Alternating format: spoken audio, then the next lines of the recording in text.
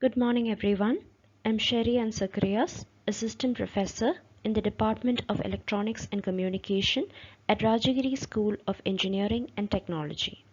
Today, we'll be discussing on microwave components, which is a topic that comes under the Module 4 of the subject EC403 Microwave and Radar Engineering. The contents of this presentation are as follows. We will start with an introduction to what are microwave waveguide junctions. Then we will look at the scattering parameters which are used to describe a waveguide junction. Then we will look into the different types of waveguide T structures such as the E-plane T, the H-plane T, the hybrid or magic T, and the rat race junction. We will also look at the various microwave components such as the waveguide corners, bends, and twists. The reference textbooks are Microwave and Radar Engineering by Kulkarni and Microwave Devices and Circuits by Samuel Liao. In general, a microwave system consists of a source, a load, and several microwave components which are being connected to each other by waveguides, coaxial lines, or transmission line system. So these microwave components must be designed with features such as low VSWR, attenuation, and insertion loss in order to ensure that you have maximum transmission of the signal from the source to the load. So microwave waveguide junction is simply defined as an interconnection of two or more microwave components.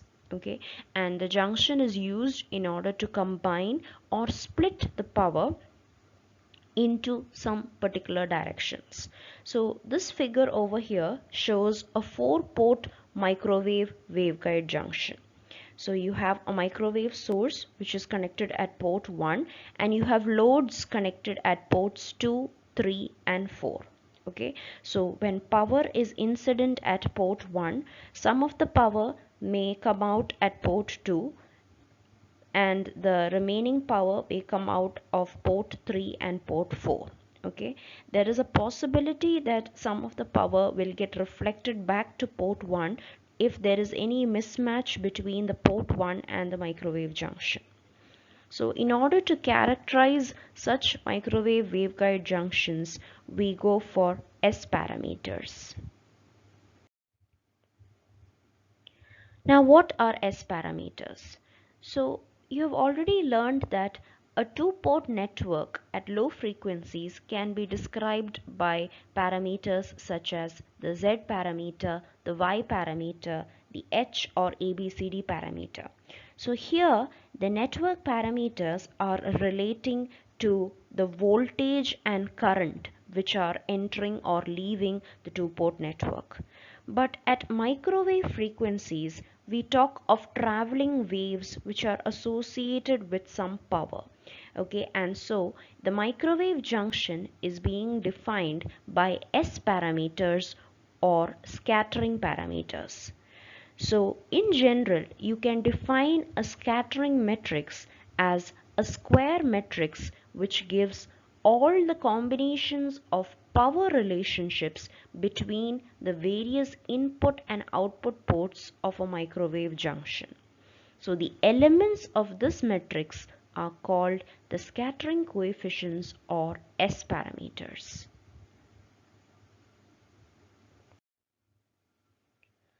Now this figure, we are considering a junction of n number of transmission lines and the ith line is terminated by a source. So this I can be any number from 1 to n. Okay, so you assume that the source is connected to the ith line. So if AI represents the incident wave at the junction due to a source at the ith line, this is going to divide itself among the n-1 lines as A1, A2, etc. up to AN. Okay, and depending upon the load impedance which is connected to each line, there will be reflections B1, B2, etc. Bn, and these reflections will depend on whether the load impedance is matched to the characteristic impedance or not.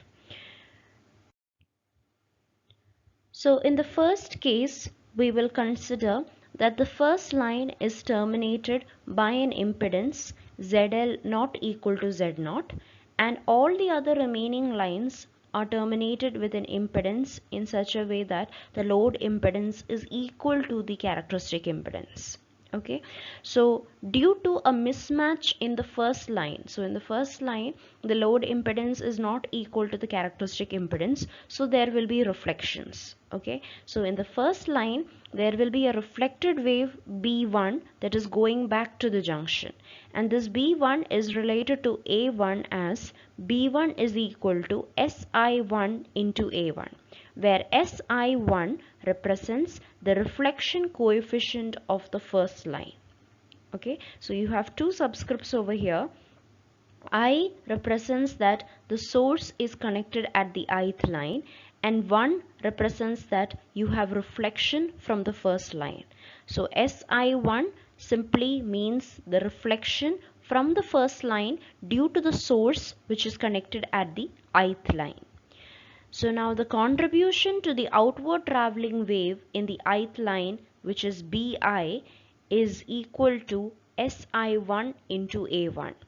The reason is there will not be any reflections from the second line to the nth line because all the other lines are terminated with an impedance in such a way that it is matched to the characteristic impedance.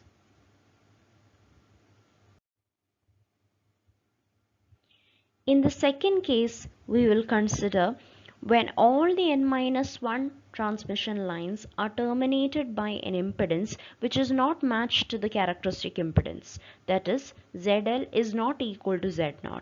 In this case, there will be reflections from every line back into the junction. So the total contribution to the outward travelling wave Bi would be the sum of B1, B2, B3, etc. That is, Bi is equal to Si1 into A1 plus Si2 into A2 plus Si3 into A3, etc. Sin into An, where I represents an integer from 1 to n. So this can be expanded as B1 is equal to S11A1 plus S12A2 plus S13A3, etc. Similarly, B2 is equal to S21A1 plus S22A2 plus S23A3 and so on. And we can write up to Bn, where Bn is equal to Sn1A1 plus Sn2A2 plus etc. Snnan. So this can be written in the form of a matrix. So in matrix form, this can be represented as B is equal to S into A, where B represents a column matrix corresponding to the reflected waves or output. So B1, B2, etc. Bn represents the outputs of the various ports. This is equal to the scattering matrix S, and the elements of the scattering matrix are known as the scattering coefficients or S parameters. So in general, you can say Sij is the scattering coefficient due to the input at the ith port and the output is taken from the jth port. And similarly, the diagonal elements of this matrix Sii represents how much power is reflected back from the junction into the ith port when an input power is given to the ith port. So for example, S11 represents how much power is being reflected from the junction back to the first port due to the power which is incident at port 1. And the matrix A corresponds to the incident waves. So A1, A2, etc. An represents the inputs to the particular ports. So in simple representation, you can write this as B is equal to S into A. Now the properties of S matrix. The first property is that S is always a square matrix of order n cross n, where n represents the number of input and output ports. The second property is that S is a symmetric matrix. That is, Sij would be equal to Sji. The third property is that the scattering matrix is a unitary matrix, which means that if you take the product of the scattering matrix with the complex conjugate, you will get the identity matrix of the same order. The fourth property is that if I take the sum of products of each term of any row or column and I multiply it with the complex conjugate of the corresponding terms of any other row or column, it would be equal to 0. This can be mathematically represented as summation of I is equal to 1 to n Sik into Sij conjugate is equal to 0 for k not equal to j. The fifth property of the S matrix is that if any of the terminals, for example the kth port, if it is moved away from the junction by an electrical distance bk into lk, then each of the coefficients Sij will be multiplied by the factor e raised to minus j beta k lk. And the last property is that if all the ports are perfectly matched to the junction, then the diagonal elements of the matrix will be 0.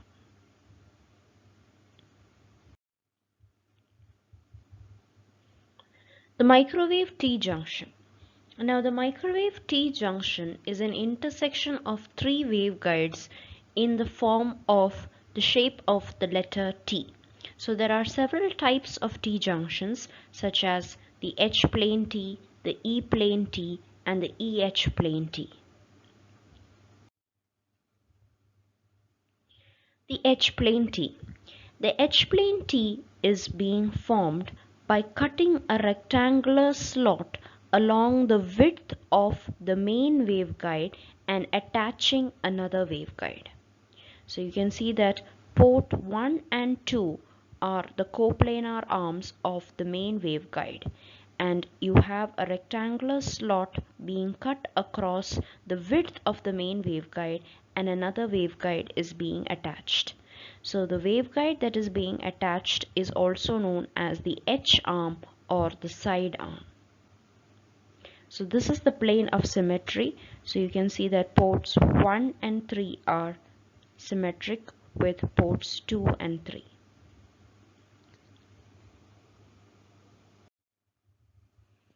Now we will try to derive the S matrix of the H plane T.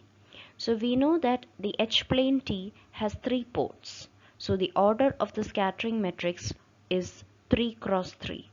So S can be represented as a 3 cross 3 matrix as seen over here. So in order to determine the S parameters, we will apply the properties of the S matrix. So the first property that we are going to apply is, due to the plane of symmetry of the junction, the scattering coefficients S13 will be equal to S23. Now from the property of symmetry, we know that Sij is equal to Sji. That means S12 will be equal to S21, S13 will be equal to S31 and S23 will be equal to S32, and we have already defined that the ports 2, 3 and 1, 3 are symmetric, so S23 is equal to S13. Now the next property that we are going to use is the fact that the side arm is perfectly matched to the junction. That means port 3 is perfectly matched to the junction. That means S33 is equal to 0. So by using the above properties, we get the S matrix is equal to a 3 cross 3 matrix of the form S11, S12, S13, S12, S22, S13, S13, S13 and 0. Now the next aim is to find out each of these parameters. So for that we will use the unitary property of S matrix. So if I multiply the S matrix with the complex conjugate, you would get the identity matrix. In order to solve for the S parameters, we will multiply S into S conjugate and we get four sets of equations. So if I multiply row 1 and column 1, we will get S11 into S11 conjugate plus S12 into S12 conjugate plus S13 into S13 conjugate is equal to 1.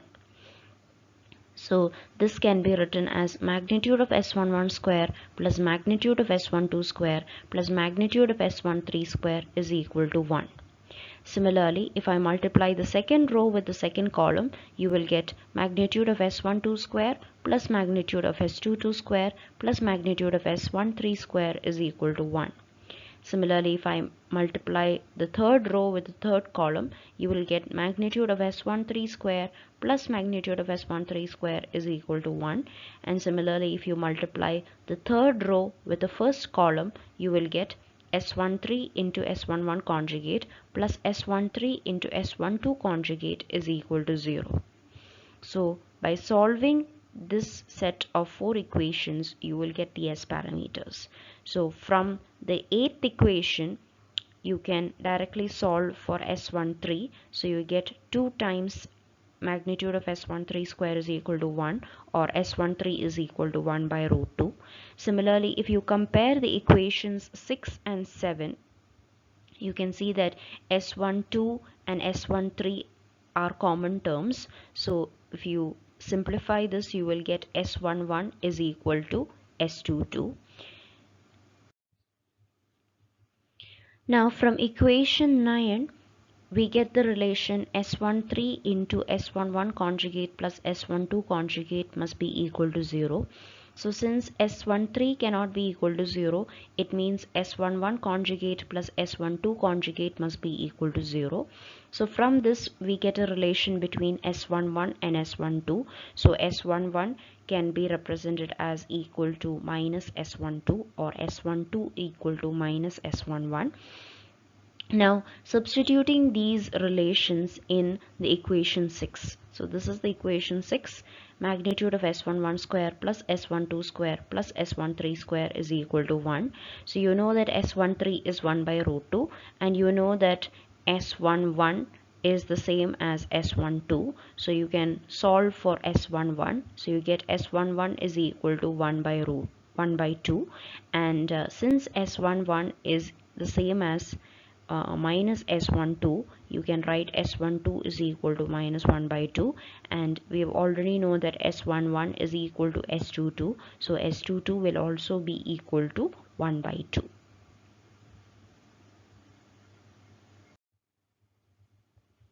Now substituting the values for the various S parameters S11, S12, S13 and S22, we get the S matrix of the H-plane T.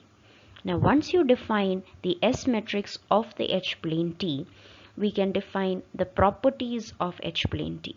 So for that we will use the relation B is equal to S into A, where B is a column matrix that corresponds to the reflected waves or output from each of the ports B1, B2, B3. Your S matrix represents the scattering coefficients from each port, and A1, A2, A3 represents the inputs to the various ports. So from this we get three sets of equations. B1 is equal to 1 by 2 A1 minus 1 by 2 A2 plus 1 by root 2 A3. B2 is equal to minus 1 by 2 A1 minus 1 by 2 A2 plus 1 by root 2 A3. And B3 is equal to 1 by root 2 A1 plus 1 by root 2 A2.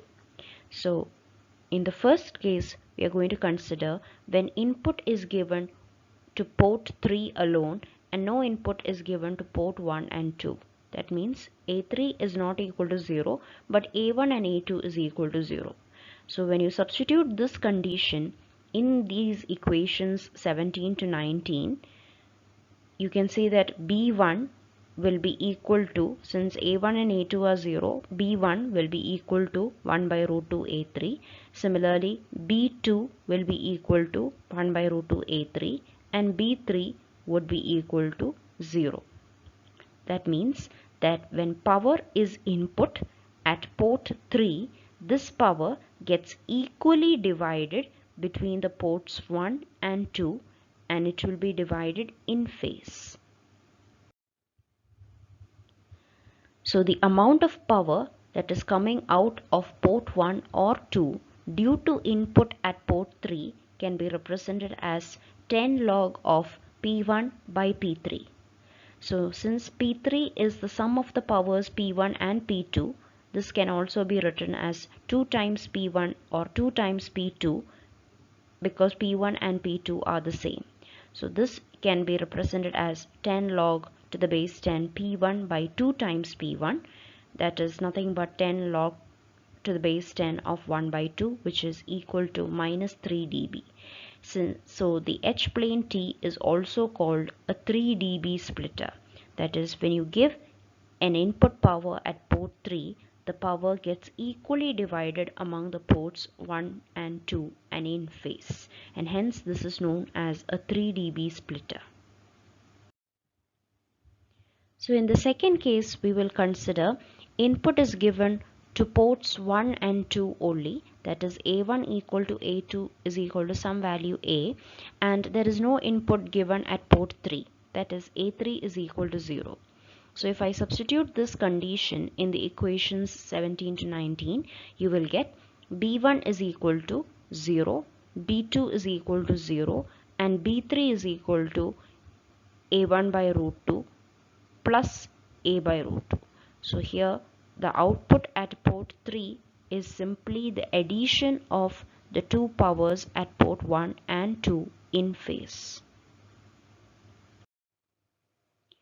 The next kind of waveguide junction is the E-plane T.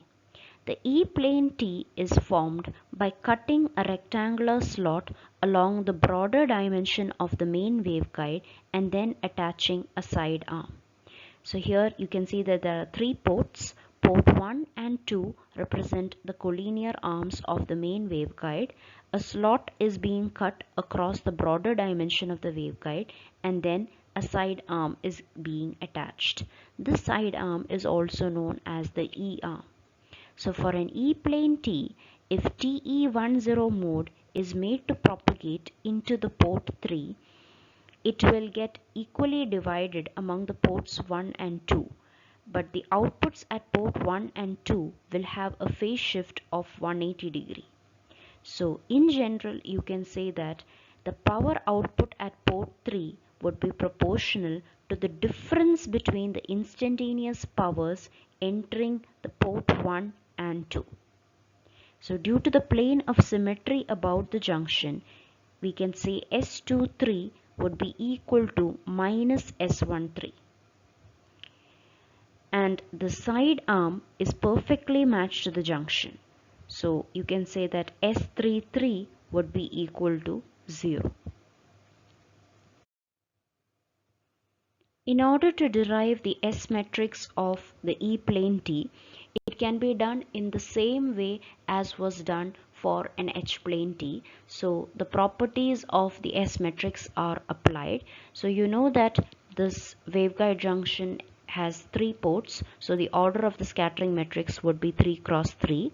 Now once you apply the properties of symmetry and the unitary property of S matrix, we will get the obtained values for the S parameters, and once the S parameters are obtained, we will get the S matrix as seen over here. Now using this S matrix, you can define the properties of the E-plane T. So you know that B is equal to S into A, where B1, B2, B3 represents the output power at the various ports, and A1, A2, A3 represents the input power at the various ports, and they are related by the scattering matrix. So you get the relation, and once you get this, you can define the properties of the E-plane T. So in the first case, suppose an input is given at port 3 and no input is given at port 1 and 2. Okay, that means A3 is not equal to 0 and A1 equal to A2 is equal to 0. So by substituting this condition in the previous equation, we will get B1 is equal to A3 by root 2, B2 is equal to minus A3 by root 2, and B3 is equal to 0. This means that when the power is input at port 3, the power gets equally divided between the ports 1 and 2, but there is a phase shift of 180 degree between the ports 1 and 2. Okay, so you can see that in this figure you can see that the electric field lines will change their direction as they come out of the ports 1 and 2. So this is the main property of an E-plane T. Similarly, if you give equal input power at port 1 and 2 and no input is given to port 3, that is A1 is equal to A2 is equal to A and A3 equal to 0, then you will find that B1 is equal to A by 2 plus A by 2, and B2 is also equal to A by 2 plus A by 2, and B3 is equal to 0. That means when the same power is given to port 1 and 2, what will happen is that the output power at port 3 would be proportional to the instantaneous difference between the powers at 1 and 2. So since the same power is given, there will be no power that is appearing at port 3. The next kind of waveguide junction is the EH plane T, also known as the hybrid or the magic T. So this is the structure of an EH plane T. So it basically combines the properties of both the E plane T as well as the H plane T. So rectangular slots are cut across the width and the breadth of the long waveguide, and then side arms are being attached. So the side arm that is being attached across the width of the main waveguide is called the H arm, and the side arm that is being attached along the breadth of the main waveguide is known as the E arm. So here you can see that there are 4 ports. Port 1 and port 2 represent the collinear arms of the main waveguide. Ports 3 and 4 are the side arms. So in order to define the S matrix, here the waveguide junction has 4 ports, so the order of the scattering matrix would be 4 cross 4, and here the properties of both H plane T and E plane T are combined. So we know that due to the H plane T section, S23 would be equal to S13, and due to the property of the E plane T section, S24 will be equal to minus S14. So now, due to the geometry of this EH plane T, ports 3 and port 4 are isolated ports. That is, if you give an input power at port 3, none of the power is going to come out at port 4. Or similarly, if you give an input power at port 4, none of the power is going to come out from port 3. So you can say S34 will be equal to S43, that will be equal to 0. Similarly, the side arms are perfectly matched to the junction. So ports 3 and 4 are perfectly matched to the junction. So you can say S33 will be equal to S44 will be equal to 0. This means that when you give an input power at port 3, there will be no back reflections at port 3. Similarly, if you give an input power at port 4, there will be no back reflections to the port 4. So by using these conditions along with the property of symmetry of an S matrix, that is Sij would be equal to Sji, we can simplify the S matrix to be of this form. Now, using the unitary property of S matrix, that is S into S conjugate is equal to I, we'll get a set of equations, and by solving those set of equations we will obtain the S parameters. So the S matrix of the magic T is obtained by substituting these scattering parameters, and we'll get it of this form.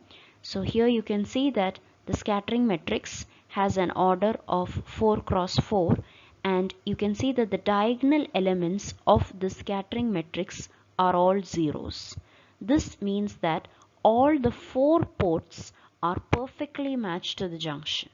So such kind of a waveguide junction is called a hybrid T or a magic T.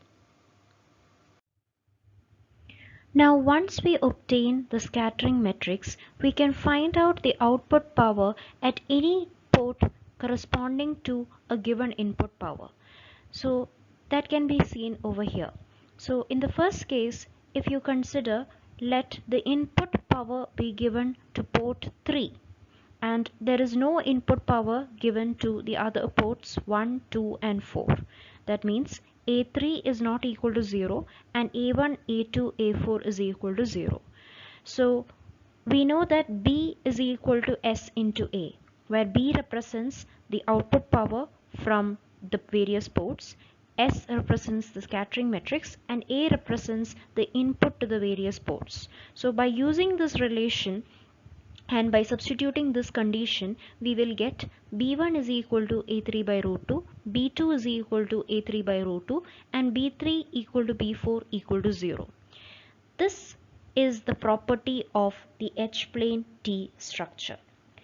That is, when the input is given to port 3, it will get equally divided among the ports 1 and 2 in phase. Now, for the second case, consider input power is given to port 4 and no input is given to ports 1, 2 and 3. That is, A4 is not equal to 0 and A1, A2, A3 is equal to 0. So now you will get B1 is equal to A4 by root 2, B2 is equal to minus A4 by root 2, B3 and B4 is equal to 0. So this is the property of an E-plane T structure. That is, when power is given to the port 4, it will get equally divided among the ports 1 and 2, but there will be a 180-degree phase difference that is shown by this negative sign.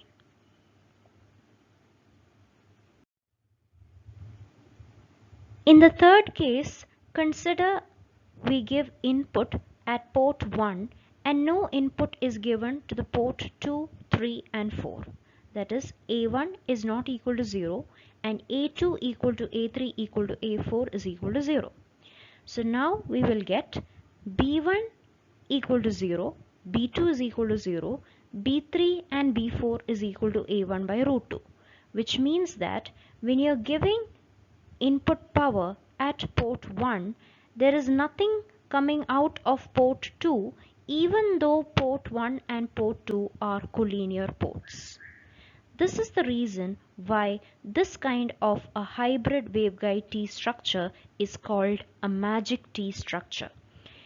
That is, even though the ports 1 and 2 are collinear, when power is given at port 1, nothing comes out of port 2.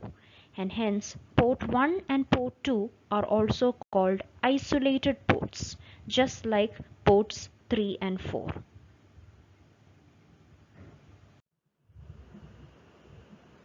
Now we will look at one of the applications of magic T, the measurement of impedance.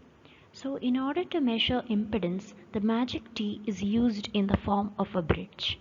The microwave source is connected to the port 3 and the null detector is connected to port 4. The unknown impedance is connected to the arm 2 and the standard variable known impedance is connected to the port 1. So according to the property of magic T, the power from the microwave source at port 3, which is denoted by A3, will get equally divided between the arms 1 and 2. Okay, so the power that is entering the ports 1 and 2 would be A3 by root 2. Now, at ports 1 and 2, they are terminated by impedances which are not matched with the characteristic impedance. So there will be reflections from the arms 1 and 2. So if ρ1 represents the reflection coefficient of the impedance Z1, and rho 2 represents the reflection coefficient of the impedance Z2, then the power that is leaving the arms into the magic T junction will be 1 by root 2 A3 into rho 1 and 1 by root 2 A3 into rho 2. So these powers will enter the magic T junction from the arms 1 and 2, and the resultant wave will enter into the arm 4, that is the null detector. So the resultant wave that enters the null detector would be 1 by root 2 of rho 1 A3 by root 2 minus 1 by root 2 of rho 2 A3 by root 2. So now the resultant wave that enters into the arm 4, that is the null detector, due to the reflected powers from the arms 1 and 2, can be simplified as 1 by 2 A3 into rho 1 minus rho 2, where rho 1 is the reflection coefficient due to the load Z1 and rho 2 is the reflection coefficient due to the load Z2. So now for perfectly balancing the bridge, the net wave reaching the null detector is equated to 0. That is 1 by 2 A3 of rho 1 minus rho 2 is equal to 0. Since A3 cannot be equal to 0, rho 1 minus rho 2 is equal to 0, or we can say rho 1 must be equal to rho 2. So this condition will be satisfied when Z1 is equal to Z2. Thus, the unknown impedance can be measured by adjusting the standard variable impedance till the bridge is balanced. So when the bridge is balanced, the two impedances will be equal. The next structure is the rat race junction, also known as a hybrid ring structure. It is simply a 4-port microwave waveguide junction. As you can see in the figure, the 4 ports are connected in the form of an angular ring at proper intervals by means of series parallel junctions. So these ports are separated by a proper electrical length in order to sustain standing waves. So for proper operation, the mean circumference of the structure, also known as a race, must be 1.5 lambda g. So you can see it is 3 lambda g by 4 plus 3 lambda g by 4. And each of the ports is separated from its neighbor by a distance of lambda g by 4. So when power is input at port 1, it will split equally in the clockwise and anti-clockwise directions into the ports 2 and 4. But no power will appear across the port 3. So you can see that at ports 2 and 4, the powers will combine in phase, whereas at port 3, phase cancellation occurs due to the path difference of lambda g by 2. So because of a path difference of lambda g by 2, the phase shift for the wave traveling in the clockwise direction and anti-clockwise direction would be 180 degree at port 3. For the same reason, when you give an input power at port 2, a part of it will appear across port 1 and 3, but no power appears across port 4. So this kind of a structure can also be used to combine two signals. So if two unequal signals are applied at port 1, an output proportional to the sum will appear at ports 2 and 4, and a differential output will appear across port 3. So this shows the scattering matrix of a rat race junction. So it is a 4 cross 4 matrix because you have 4 ports, and you can see that the diagonal elements of this matrix are zeros. This shows that all the 4 ports are perfectly matched to the junction. And again here, when you're giving an input at port 1, there will not be any output power at port 3. That is S13 will be equal to S31 will be equal to 0. Similarly, when you're giving an input at port 2, there will not be any power appearing across port 4. That is S24 will be equal to S42 that will be equal to 0. Some of the other waveguide components that are commonly seen in a microwave system are waveguide bends, corners, and twists. So these are components which are used to change the direction of the waveguide by a desired angle. So if the bend is in the direction of the wider dimension of the waveguide, then the magnetic lines are affected, and this kind of a structure is called an H-bend. If the bend is in the direction of the narrow dimension, then the electric field lines are affected, and this kind of a structure is called the E-bend. So now sharp 90-degree bend will create total reflection, and that will result in a very high value of standing wave ratio. Therefore the bend always has to be in a gradual way. The bending radius in either of the cases, it must be at least be greater than 2 times lambda g. This is in order to avoid a very high value for standing wave reflections. This figure over here shows an H corner and an E corner. So in both cases, the mean length L must be an odd number of quarter wavelength. That is, L must be equal to 2n plus 1 lambda g by 4, where n is an integer and takes values 0, 1, 2, 3, etc. This is done in order to ensure that the reflected wave from both ends of the waveguide are completely cancelled. Another type of waveguide component is the waveguide transition or taper. This is used to join two waveguide sections that have different shapes for their cross-sectional area.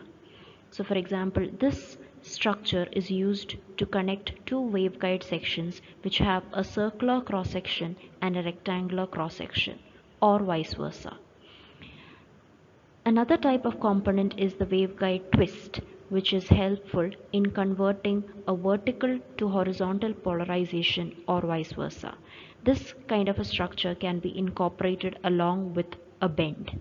So here you can see two types of twist, a 90-degree twist and a 45-degree twist. So to conclude with, in this presentation, we have discussed on the several microwave components such as your microwave waveguide junctions, the different types of waveguide T's such as the E-plane T, the H-plane T, the hybrid or magic T, and the rat race junction. We have also discussed on some of the microwave components such as bends, corners, and twists, which are used to connect between different sections of the waveguide. Thank you.